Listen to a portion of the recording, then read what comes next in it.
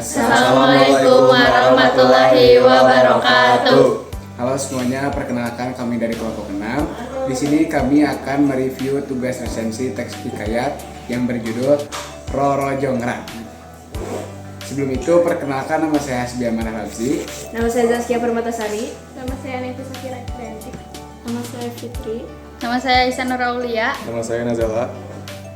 Yang pertama ada identitas teks hikayat. Identitas teks hikayat. Judul Legenda Roro Jongrang. Asal daerah istimewa Jakarta di Jawa Tengah. Tahun pembuatan tidak diketahui, tetapi tahun menyebarnya pada abad ke-9. Kedua ada latar belakang teks hikayat.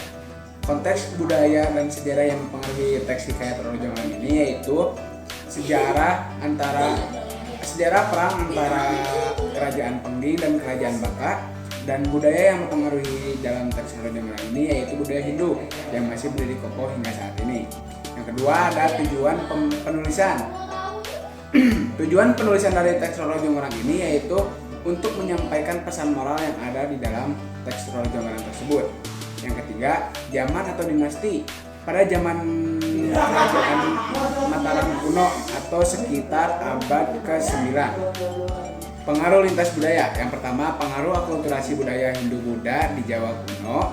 Yang kedua, pengaruh seni dan sastra tradisional. Dan yang ketiga, peran gender dalam budaya.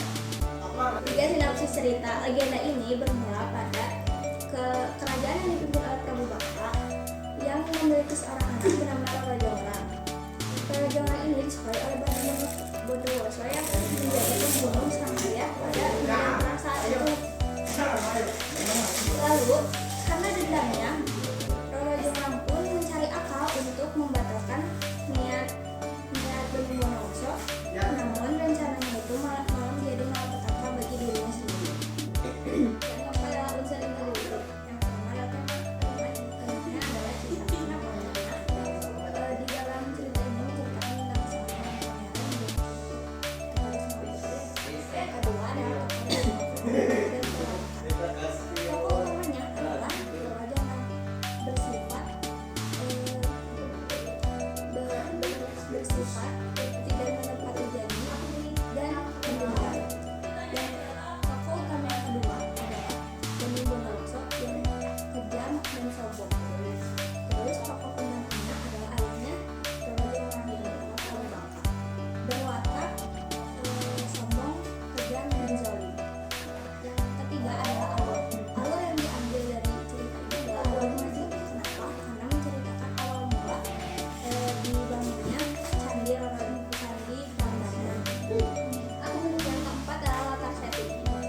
Latar tempatnya itu ada pada Candi Gedono, alun-alun Prambanan, dusun Sulu Ijo, dusun Kalibawang, dan dusun Dekat. Latar waktunya itu pada zaman kerajaan Mataram kuno pada abad ke-9. Latar suasananya itu sangat menegangkan. Amanat yang terkandung di dalam cerita teks hikayat Roro Jongrang yaitu tipu daya dan kecurangan tidak akan membawa kebahagiaan. Ketidakjujuran akan menimbulkan konsekuensi yang tidak diinginkan. Selanjutnya ada gaya bahasa.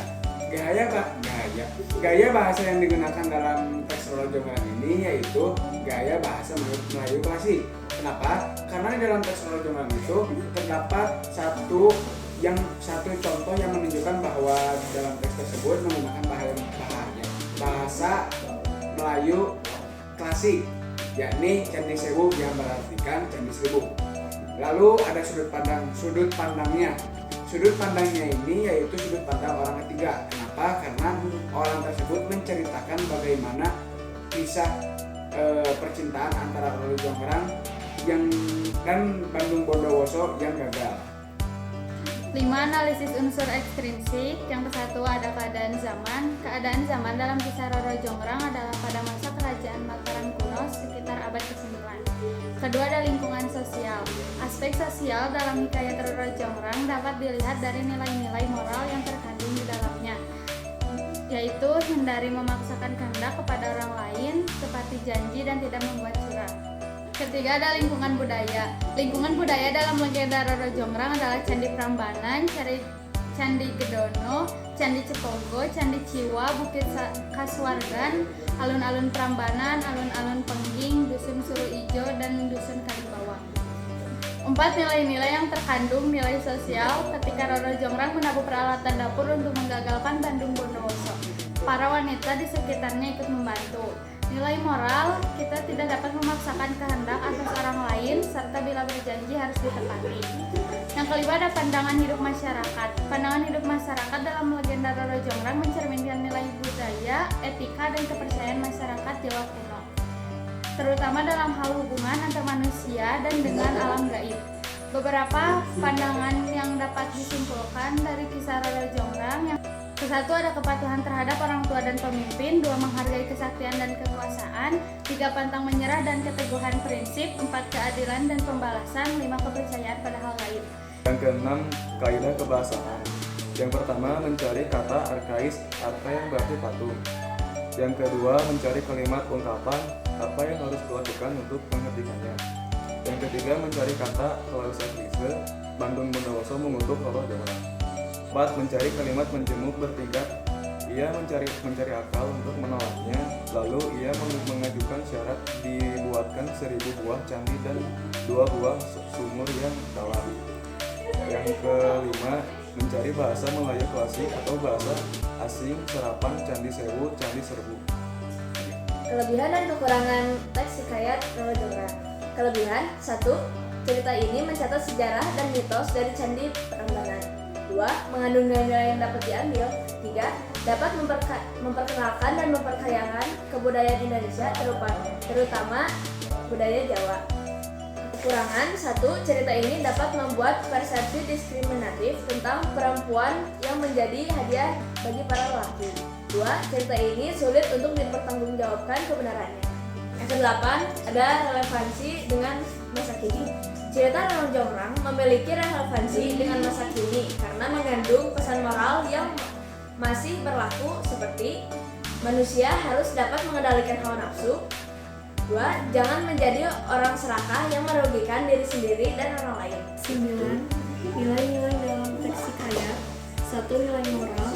Nilai moral berkaitan dengan akhlak, budi pekerti, susila, dan baik bakti tingkah laku. 2. Nilai sosial berkaitan dengan norma-norma dalam masyarakat seperti bekerja sama, kepedulian, toleransi, dan kebersamaan. 3. Nilai budaya. Nilai yang berkaitan dengan adat istiadat dan budaya yang berkembang secara turun-menurun di dalam masyarakat setempat. 4. Nilai edukasi berkaitan dengan perubahan sikap atau tata laku seseorang atau kelompok untuk mendewasakan manusia. 5. Nilai religius berkaitan dengan tuntunan agama seperti beribadah, berdoa, dan beribadah kepada Tuhan. Ke-6. Nilai estetika, nilai yang berkaitan dengan keindahan.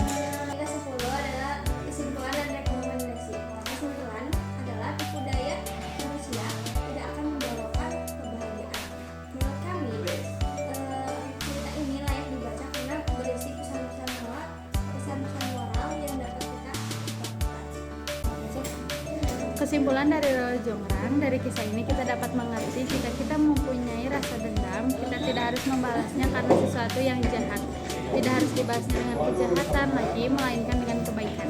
Jika kita membalas kejahatan dengan kejahatan lagi, maka itu sama saja kita menjadi orang tersebut. Ingat, dendammu tidak akan membuatmu bahagia. Jadi intinya buat kalian semua dan Pak Peri baik ini harus membaca teks hikayat ini. Oke, mantap. Sekian dari kelompok kami. Mohon maaf bila dalam menyampaikannya masih kurang. Wabillahi taufiq wal hidayah. Wassalamualaikum warahmatullahi wabarakatuh.